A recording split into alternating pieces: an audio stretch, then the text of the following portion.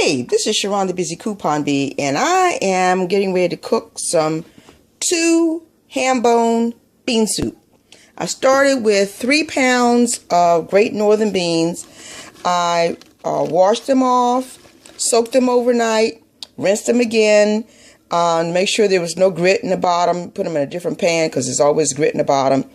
And now they're nice and swollen up. I got them in a huge pot. Make sure your pot's big enough.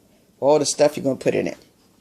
Alright, the ingredients. I have a heaping 2 cups of onions. Oh, you know what? Before I do that, I'm going to put these ham bones in here first. Now, you know what? I don't know if you remember, I put on my Facebook page, I was looking for some ham bones. And nobody offered up a ham bone for me. That's alright. I have 2 nice, meaty ham bones here. And I also have some extra ham slices here. I'm going to thaw these to the point where I can slice them. I don't want to get them all the way thawed because I can't slice them very easily then. So I'm going to thaw that a little bit, slice that up, put those in the pot along with my 2 meaty ham bones, my heaping 2 cups of chopped onions, yellow onions, the aromatic ones, the ones that make your eyes water. And then I have about a quarter cup, maybe even half a cup of parsley, 1/2 teaspoon of red pepper flakes, and 2 heaping tablespoons of Canadian steak seasoning. I did not add any garlic because there's garlic in the steak seasoning, and normally I would add probably a whole tablespoon of the red pepper flakes. It was just me and my husband, but I've got a house full of kids now, and I'm trying to train their palate. And I'll increase this every time I cook. I increase a little bit. They like spicy, but they're not too enamored with the real hot spicy yet. So I'll get them there. Then once I have everything inside, I'm gonna cover everything with water. Okay. First thing I'm putting my ham bones. Yes, put my ham bones in. And this is a really big. I'm gonna dig that in there like that. There you go. And put this one in there too.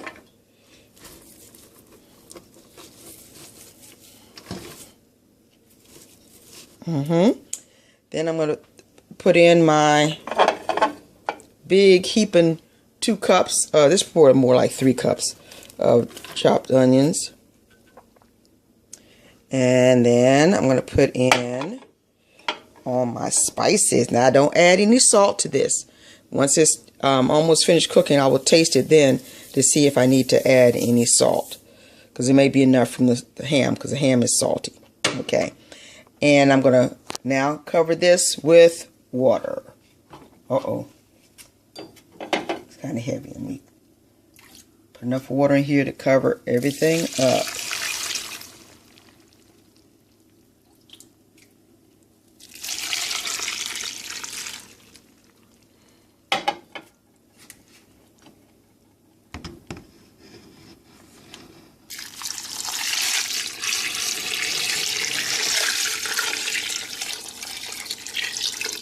I'm going to add more because my bones are still exposed. So I'm going to add some more water.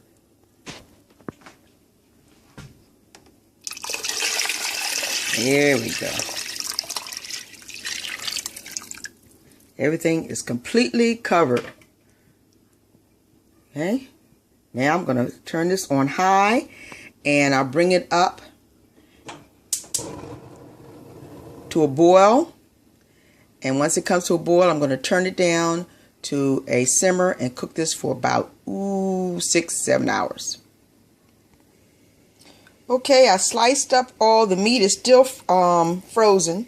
It's still frozen, partially frozen, but it made it easier for me to slice up into pieces. I'm gonna put all of this now into the pot. It hasn't come to a boil yet, and if I need to, I'll add more water. But hopefully I won't have to add any more water. Right now, anyway.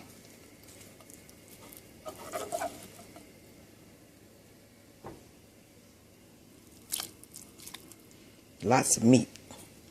I got growing kids. And this pot right here, I'm hoping I only use half of it. That way I can freeze the other half for dinner another day. Because I like to do 2 meals when I'm cooking something like this. But it's never, it depends. If they like this might all go today. And if they kind of like it, I might have enough for 2 days. There you go. Yes. This is a 14-quart pot. This is from Prince's house. I should get an endorsement. Prince's house. I saw it, and I needed a big pot.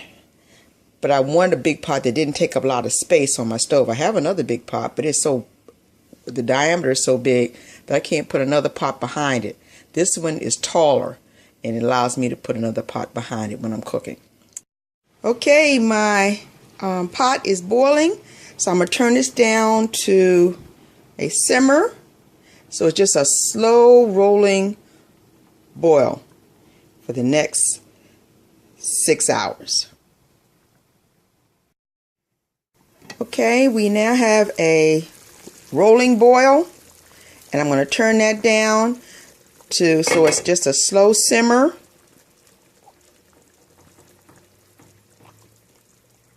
And it will do that for the next 6 hours.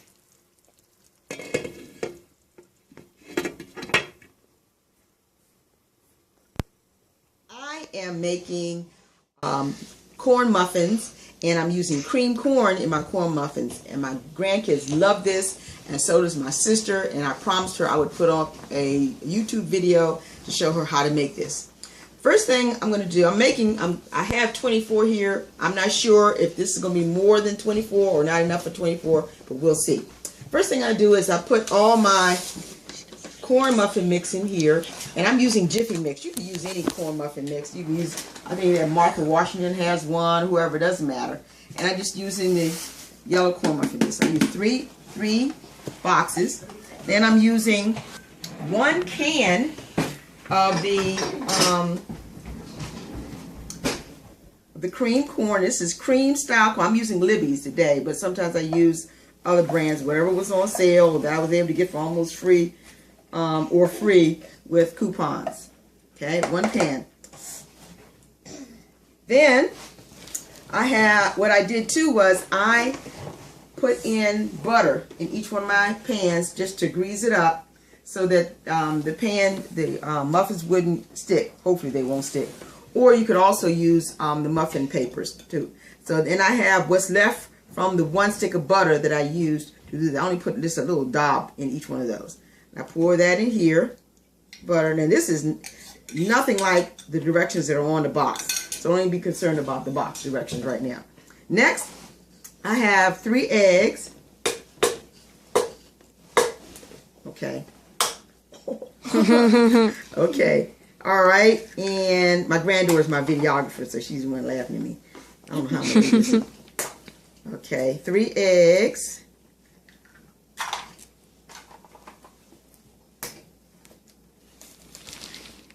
All right. And then once I have all that in there, I'm going to add in a 1/2 cup of sugar. And this is going to make them taste almost like cupcakes. That's okay. I think they'll like this. Then I'm going to stir this up, and stir it up somewhere like this. And if you remember, I have not added in my liquid yet. And the liquid I'm going to add is actually, don't get grossed out now, sour milk. I had some milk that went sour, and I've got 10 grandkids living with me, and I'm not about to waste anything. And sour milk biscuits are delicious, and so are sour milk muffins. So I'm going to use that. Does that mean it's old? Yeah, it means it's old. Ew! You know I don't like oatmeal. You don't eat it by, you don't drink it by itself. You're not going to drink it by itself. You won't even taste it. Okay. I'm supposed to add 1/3 of a cup of milk to each of these boxes. So I had 3 boxes, so that's going to be 1 cup of milk. And it's going to have lumps, so you don't have to worry about trying to get all the lumps out. And I'm not even trying to get all the lumps out. All right. It's going to be kind of runny, but that's what you're left with. All right. Now, I think this is going to be more than is needed for my muffins, but that's okay. All right. Next thing I'm going to do is now I'm going to let this sit. Because they said if you let it sit for a little while, it helps to maximize the number on the mounding. You know how muffins look with the little mound on top? So I never let mine sit. So I'm going to let mine sit. As soon I'm going to pour it in there, and then I'm going to let them sit. And we'll see if that happens. Okay.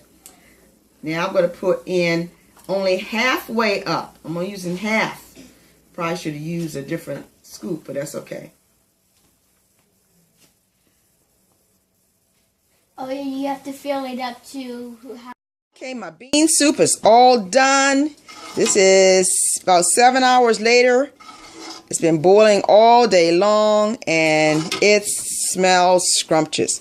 Lots of ham pieces in here. I already took out the ham bones because they were just taking up space. And now the kids are ready and waiting. In my oven, I have my corn muffins. I already made those. They're browning now on top, and we're just waiting for those to finish. In the meantime, I'm going to start plating my soup and getting ready so that it'll cool down for the kids to have some. Oh, that's some great looking bean soup. Yum, yum. That's what I'm talking about. No, I didn't try yet, but oh, it looks good. Yum, yum. Yum, yum. Ooh, the muffins turned out perfectly. Turned out perfect. Perfect. All 24 of them. And I had just a little bit left over and put that in the skillet. And I ended up with 24 muffins. Okay. We end up with 24 muffins. And everybody's waiting for them. And I think they're going to turn out they turned out really, really good.